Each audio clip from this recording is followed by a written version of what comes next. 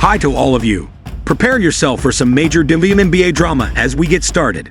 Now that Sheryl has publicly disparaged Caitlin Clark, things are getting hotter.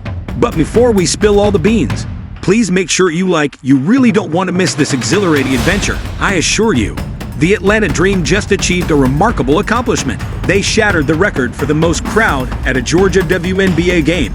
The Caitlin Clark effect is driving a lot of the enthusiasm and driving people insane. The Caitlin train is not being taken by everyone, especially not Indeed. Since Sheryl Swoops is the one who challenges the data, she might be Caitlin's greatest adversary. Making ludicrous claims and raising questions about Caitlin's age, let's analyze everything and wait to find out what happened once Nancy Lieberman got involved in making things right. Folks, pay attention. Is this just some false information from Next Level, or is it an expression of envy? The Dream set the record for the biggest crowd to watch a WNBA game in Georgia history. Pretty exciting. One of the big reasons fans flock to State Farm Arena is, of course, the Caitlin Clark. Not everyone is willing to give her the credit she so richly deserves, even though everyone cheers for her every time she steps onto the court. As it seems that Sheryl Swoops is the unofficial president of the Caitlin Clark Critique Club. Let's get some popcorn and see what's going on. If you're going to break a record, to me, if it's legitimate, you have to break that record in the same amount of time that that player set it. Okay. So if Kelsey Plum set that record in 4 years, well, Caitlin should have broke that record in 4 years. But because there's a COVID year and then there's another year, you know what I mean? So she's already had an extra year to break that record. So is it truly a broken record? Yeah, that'll go in the record books as Caitlin Clark is the all-time, whatever it is. I don't even know what the number is, but that's the way it'll be.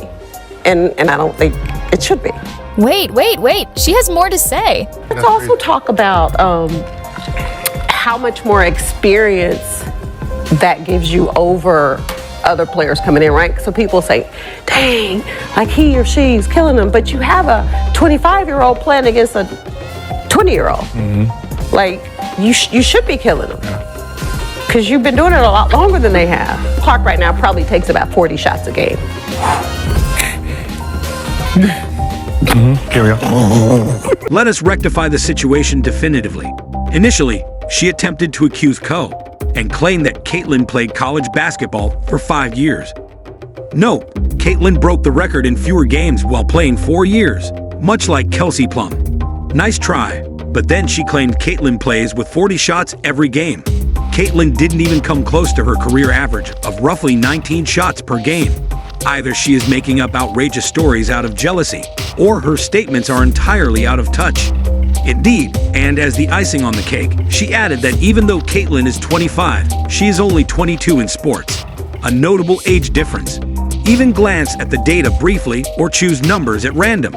How much more can she say? Yes, Caitlin is playing in her 30s. Kathy, what's taking place here? Although Caitlin has accomplished a lot, your story is not supported by the facts. It has been reported that Nancy Lieberman tried to phone you to alert you. Maybe you might answer the next time. There was this quote by Sheryl that said, Caitlin was, 25 years old. She was, however old, 24 years old. She was a fifth-year senior. Right. She was taking 40 shots a game. Her records were illegitimate. And I got off the treadmill and I called her as a friend. And I said, you can say whatever you want. You can have your own opinion about anybody. But you do have to get the statistics right. I mean, facts matter. Sheryl, you know I'm not doing anything to hurt you. I told Swoops when she got agitated with me on the phone. But had she followed Nye's counsel, things would have gone differently. And she ended up destroying their relationship. As you to be clear, we are talking. But right now, our relationship is not really growing. She wouldn't talk to me when I tried to strike up a conversation with her at the Final Four. With or without Cher, I don't think my life will be any better. Sheryl jumps right in. She got upset with me on the phone, and I was like, Sheryl, I'm not doing anything to hurt you. I'm just sharing. We're talking. And so our relationship it pretty much is not happening at this point. I tried to talk to her at the Final Four. Right. She didn't want to talk to me. My life's going to be good or great with or without you. Though I understand why you're trying to work with him, it's not working. You both know exactly what happened. And to be honest, I could live just fine without you both. Are you truly considering going there? Sheryl quickly decided that she could take no more. and would not be content to ignore the situation. She then went to X, where she made it clear in one of her venomous tweets that she had no desire to work with Nancy. Honestly, none of Swoops' tweets have convinced her fans that she doesn't harbor some jealousy toward Caitlin Clark. It's possible that Swoops finds it difficult to acknowledge that Caitlin Clark is a better player than she is. Players from a new generation are taking the lead. But Swoops has expressed her respect for other players like Angel Reese. So why the added spiciness with Caitlin? She provided her usual observations on her podcast, Queens of the Court. But there was one glaring omission. Although she gave the Indiana Fever a hearty shout-out, she left out Caitlin Clark, who, let's be honest, has been the driving force behind the team's rise to popularity. Without crediting the player who has virtually made them a powerhouse, how can one talk about the Fever? It would be equivalent to discussing pizza without bringing up the cheese. Indiana team, I'm going to say shout out to Lexi Hull. I'm a big Lexi Hull fan. Watch her in AU. Lexi Hull shot the leather off the ball in their game against Seattle and just couldn't miss. Kelsey Mitchell is just stroking. She is just shooting the basketball. Aaliyah Boston, almost a triple-double. It's intriguing to note that she made sure to give Angel Reese a lot of praise even though she lost the match. Doesn't take away from the appreciation you deserve. Before I get into that, I am going to say this. Shout out to Angel Reese, even in a loss. Listen, 20 boards. It's crazy. 20 boards. Say what you want to say about how she's getting all these rebounds. Can get 20 rebounds. I don't care if you're rebounding your own. But the thing is with Angel just has a knack for the basket. It seems like Angel has perfected the knack of improving her rebounding numbers. Even when she misses, she can still make amazing layups. Now Nancy Lieberman said, "Hold up, you can't just leave Caitlin out of the conversation." To cut you off, Nancy was not impressed and things got hot very soon. No, Caitlin Clark. Sheryl Swoops. No, Caitlin Clark. Respectfully, Sheryl Swoops, you have any idea how that makes you look? You just accidentally left Caitlin Clark's name out of that soliloquy that you dropped about the Indiana Fever. Stop it. You know that. Stop. Sheryl was not going to let that go unanswered. Clapping back, she fiercely defended her right to hype up whoever she chose, calling Stephen A. coward. Hold on for a second. Why can't I talk freely about everyone as you do on your podcast? Sheryl fired back. Did you even listen to the entire episode, or what? By refusing to back down, Stephen A. made it clear that this isn't about your friendships. She went on to say that the athletes deserved some care because she had personal relationships with them. Again, were you too preoccupied to talk over people? Kathy, don't just give credit where credit is due. Give it where it deserves it. Stephen A., get moving. I did listen to your entire podcast. You didn't mention Caitlin Clark. All I'm going to say is it was pretty damn immature to come back at me like that. Called me an effing coward because I called you out for not doing your... Many individuals undoubtedly agree with Stephen A.'s exclamations from the rooftops on the revolution in women's basketball, while some, like Sheryl Swoops, claim to be in favor of the league, but are apparently unaware of a few important players. Her cold shoulder toward Caitlin Clark is one example of this. The WNBA broadcast team's classic "no drama, please move quickly" benched Swoop during the Indiana Fever Dallas Wings game didn't go ignored. The legendary Nancy Lieberman took her place and spoke candidly about Clark, if perhaps with a little less drama and a lot more zeal.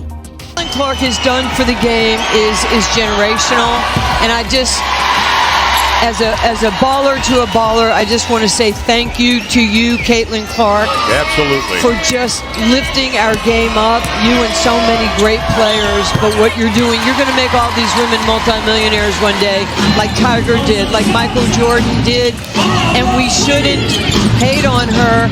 We should celebrate her, not tolerate her. Never one to back down from drama, Swoops decided to go after Nancy Lieberman once more. She also disparaged Stephen A. Smith, saying that helpful old Stephen had conveniently neglected to question Nancy about the whole Kennedy Carter shoulder check event.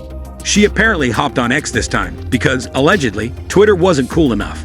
Kennedy was clearly trying to stir things up by calling out Nancy for her bold words when she gave Caitlin Clark the old body bump. But it was like attempting to put out a fire after the smoke had dissipated because Nancy had already cleared everything out. Oh, me, I'm straight from New York, straight from Rucker Park. I said I would have Yes. gotten up. I would have walked up to whoever did that to me. I would have punched him in the the face, and you know the expletive that I used. And I would have said, Yes. you know, F off.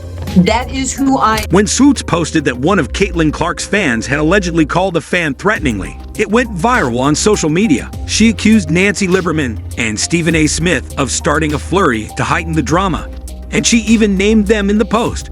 Since it's the most responsible thing to do in a situation like this, she also disclosed the purported caller's phone number. She later removed the tweet after it generated controversy. Although she didn't go into excellent detail about the conversation, the fact that she made the number public indicates it wasn't just a lighthearted catch-up chat. "Someone just called me and threatened me," was the gist of the message. "I don't know how they obtained my phone number, but is this really how you guys want to play?" Even if the Swoops story is accurate, it seems excessive to suggest that Lieberman and Stephen A. are solely responsible for the issue. Undoubtedly, that fan went too far, as if blaming the weatherman for ruining your picnic because it was going to rain. The drama started because Swoops refused to remedy the situation. A public mishap, though supposedly Lieberman contacted her to counsel her to behave morally instead of apologizing in public. Caitlin Clark is such a class act that Swoops chose to keep things low-key and get in touch with her directly. During their exchange, Swoops said something along the lines of, "Hey Caitlin, I'd like to congratulate you on all of your accomplishments, but I made a mistake with the year. I'm doing this for all of you. Your game has truly impressed me." Swoops wished Caitlin a wonderful night and complimented her on her performance as the chat came to an end. The worst part is this. With unwavering composure, Caitlin said, "No worries at all. There's no negative feeling, and I appreciate you reaching out. I appreciate all of your efforts on behalf of women's basketball. If you've offended someone, you ought to apologize in public, but you decided to handle it behind closed doors." On the other hand, Caitlin's influence is obvious to everyone because Nancy Lieberman has openly commended her for her services to the WNBA. Caitlin Clark has just caught the attention of the world. She might be right now, maybe her and Simone Biles, the most visible women athletes in the world right now. And this is a good thing for sports. And internally, we can be women. We could be our worst enemies. We should embrace people who take us to another level.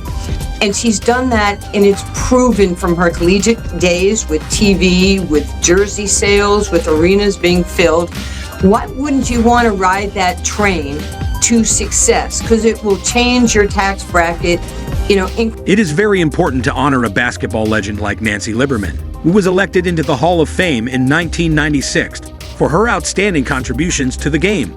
Lieberman, who has 66 years of experience in the game, expressed her opinion that Caitlin Clark is making changes in real time, stating that the WNBA would have had a strategic advantage if Clark had been a member of the 2024 Olympic women's basketball squad. She very well could have played and should have played. In my opinion, I align with you on Team USA. For Caitlin and the Fever, I think 5 of the highest rated games this year have all been Indiana Fever. They lead in jersey sales. They lead in attendance. Any significant category that's tied to dollars and cents. And that's how we should be viewed, dollars and cents. Because that's how you build a business. Then everybody goes up and everybody is successful. Stephen cut Chase off to ask Nancy about the true problem, which appears to be that some people don't believe Caitlin Clark has enough potential. And Caitlin's positive impact on women's basketball has been acknowledged by Don Stanley, indicating her effect on the sport. I want to personally thank Caitlin Clark for lifting up our sport. So Caitlin Clark, if you're out there, you are one of the GOATs of our games, and we appreciate you. The controversy surrounding Swoops' criticism of Caitlin Clark exposes a deeper problem in sports wherein personal biases and emotions can overshadow the recognition of undeniable talent. Nancy Lieberman and other prominent figures have consistently praised Caitlin Clark for her impact on women's basketball, highlighting the importance of celebrating athletes who elevate the game. The conflict between Swoops and Lieberman highlights the difficulties in resolving disagreements in the public eye. It is stoked by interactions on social media and remarks made by members of the public. Lastly, Caitlin Clark's impact is seen in her record-breaking performances and expanding fan base. Regardless of Swoops' feelings on Clark's rise, not only did they bring in more viewers and attendees, but they also altered the conversation about women's sports. The overwhelming support that Caitlin has received from fans and industry giants like Lieberman shows that her contributions to the game are valued and appreciated. The WNBA's future success will depend on its ability to assemble players with the caliber of talent that Clark possesses. Okay, that's it for today, people. What a dramatic tornado. Nancy Lieberman intervened to correct the record between Sheryl Swoops and Caitlin Clark. Tell me what you think, please. Was it wrong of me to point that out to Caitlin? Feel free to share your thoughts below so that you won't miss any of the most recent WNBA news. I'm hoping to see you in the upcoming one.